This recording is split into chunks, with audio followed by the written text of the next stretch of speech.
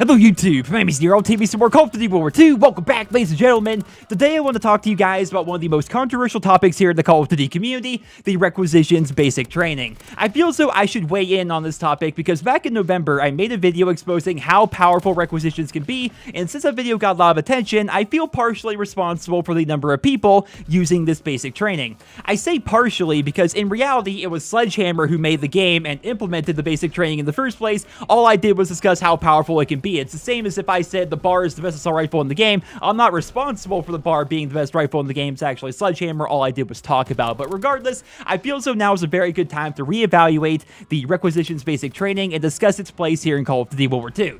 I want to preface this entire video by saying I'm just here to state an opinion. I don't think that my opinion holds any more weight than anybody else's. Requisitions is definitely a controversial topic. I've watched a lot of videos from a lot of YouTubers that I respect, and I'm not here to say that I'm right and they are wrong. I'm just here to present my opinion and discuss what I think is best for the future of Call of Duty World War II, and of course I'd love to hear what you guys think down there in the comment section below. In short, I feel as though Requisitions is bad not only for Call of Duty World War II, but the COD series as a whole, and I think it needs to be either reworked or removed from the game entirely. I'll be the first to admit that right now Requisitions isn't the biggest deal in the world, right? It's not completely dominating the Call of Duty World War II multiplayer. However, it is being used pretty often, and over the course of the past couple of months, I've noticed more and more people starting to run it. If you're somebody who plays primarily Team Deathmatch, Free-for-All, War, Search and Destroy, or even hardcore modes, then Requisitions may not seem like that big of a deal to you, but in respawn objective game modes, Requisitions has slowly but surely been increasing in popularity, and I'm worried that it's going to completely take over those game modes in the coming months. The game mode I'm especially worried about, of course, would be Hardpoint. This is something that's actually brought up every single time there's a contract to go play Hardpoint or an order to go play Hardpoint.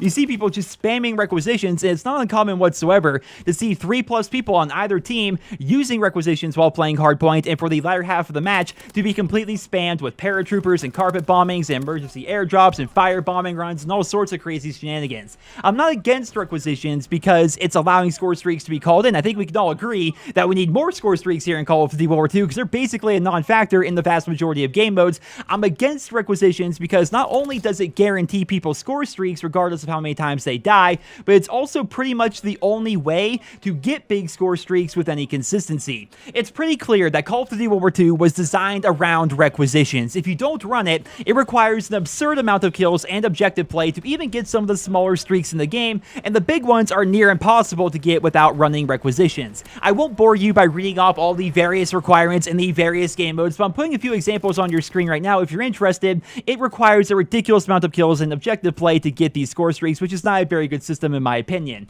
One of the biggest counterpoints I've seen in favor of Requisitions is it's balanced because you only get your streaks once per match. I think that would be true if people were using Requisitions to acquire fighter pilots, glide bombs, and recon aircrafts, because these are streaks that can be reasonably obtained multiple times per match. The problem is people aren't using Requisitions to get low streaks, they're using them to get paratroopers and carpet bombings and fall turret gunners and fire bombing runs and emergency airdrops. These are streaks that are not so easily obtained, and in fact it's incredibly difficult for an above average player to acquire any of these things once every couple of games, let alone multiple times per match, right? So the idea that you can only get them once per game isn't a very good counterpoint in my opinion, because it's really hard to get them even one time while not running Requisitions, let alone multiple times. Because of this, the smartest and most efficient way to get big score streaks here in Call of Duty World War II is to run Requisitions, and there really isn't a big downside to doing so. I don't think that having Requisitions take up a basic training slot is as big of a deal as people are making it out to be. If we're being honest here, I think most of us run between 1 and 5 different basic trainings, with the popular ones of course being Hunker, Scoped, and Inconspicuous, which are built into different division skills, so you don't really need to run them if you don't want to. When you remove those ones from the equation, the power of Requisitions really begins to show itself. Would you rather have the ability to reload faster, or be guaranteed 3 big score streaks every single match, score streaks that you otherwise would not be able to obtain? Would you rather have the ability to flinch a little bit less and have an extra attachment on your primary, or be guaranteed an emergency airdrop, paratroopers, and carpet bombing every time you play a game of Hardpoint. When you look at it that way, it seems like Requisitions could actually be wildly out of control, but the thing is, it's only in certain game modes, right? Domination, Hardpoint, and Kill Confirmed. It's not that big of a deal in the other ones, which is why I don't think people are making as big a deal about Requisitions as they probably should be. What Sledgehammer Games has done here is they've essentially brought back support streaks to the Call of Duty series, but this time you can get any streak in the game rather than just being limited to a small number of streaks like with what we saw back in Modern Warfare 3.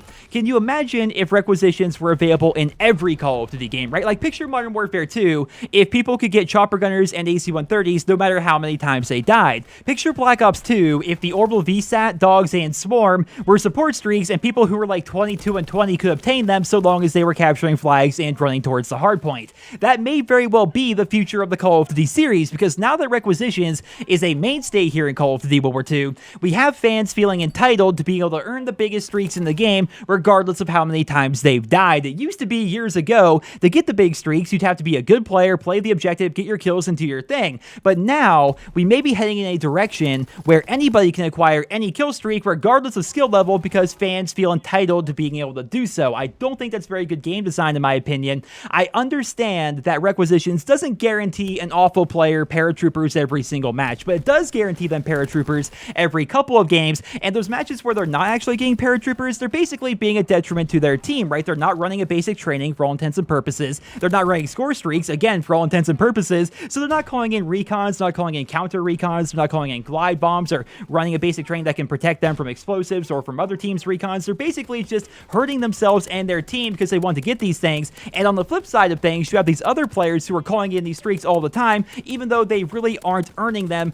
at least in the way they should be earned in the Call of Duty series, at least in my opinion. The worst part about the entire thing is there's no counter for it, right? People don't talk about that very often, but there's no counter to somebody running Requisitions. The only way you can potentially counter it is to have 3 or more flak guns ready to go each time they call in a streak, which simply isn't viable for anybody to do. So hypothetically, somebody on the other team is running paratroopers, carpet bombing, and ball turret gunner. The only way that you can counter that is to have flak guns ready to go in your pocket for when he calls in his paratroopers. You then have to quickly die, go on another 950 score streak to get your flak guns again, use that when he calls in his carpet bombing, die again, go on another 950 score streak, and then use that against his ball turret gunner. You basically have to go off, play the objective like crazy, get tons of kills, just to have a chance to counter this guy on the other team who is most likely slovenly going 25 and 30. Like, you have to have the best game of your life to counter this guy who's barely paying attention, right? I really don't think that's very good game design, and the only saving grace for this system is, like I said, Requisitions isn't completely dominating the game right now, and it's only in certain game modes. I acknowledge that, but when you are playing those certain game modes and they are running Requisitions against you,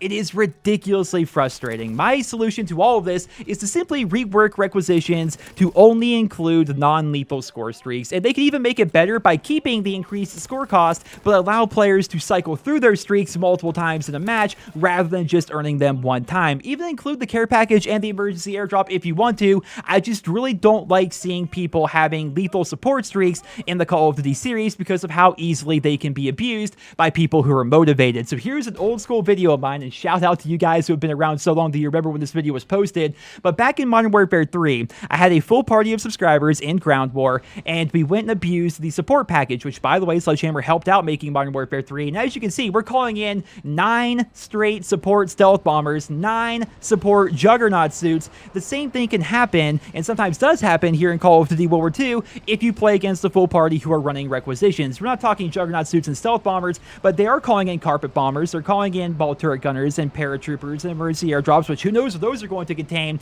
It's definitely a big problem if you happen to run up against that. And again, it doesn't happen all the time. I completely acknowledge that. It's only in certain game modes, it's only some of the time, but when it does happen, it's a very big deal, and that's why I think Sledgehammer Games should look into potentially changing up Requisitions in one way or another. They did say they plan to make some changes to the score streak system in this game, and who knows what that's going to bring, so maybe that's going to change my opinion. But I will say it's very frustrating to try to be the team player who's playing the objective and calling in recons and counter recons and really just trying to win, only to eventually and inevitably die to these big score streaks over and over, knowing that they didn't earn those streaks, at least in the traditional sense, knowing I have no counter for that whatsoever, and also knowing I can't earn those same score streaks unless I were to also run the Requisitions basic training. Like, I understand that there are much bigger issues in this game than Requisitions. Requisitions, no doubt, right? But Requisitions is a pretty big problem in certain game modes, and I'm worried to make it worse in the future, and I'm really worried about the future of the Call of Duty franchise if fans start to expect something like this to be available in every single game. Like, I want there to be big, powerful streaks. Like, some of my favorite games in the Call of Duty series,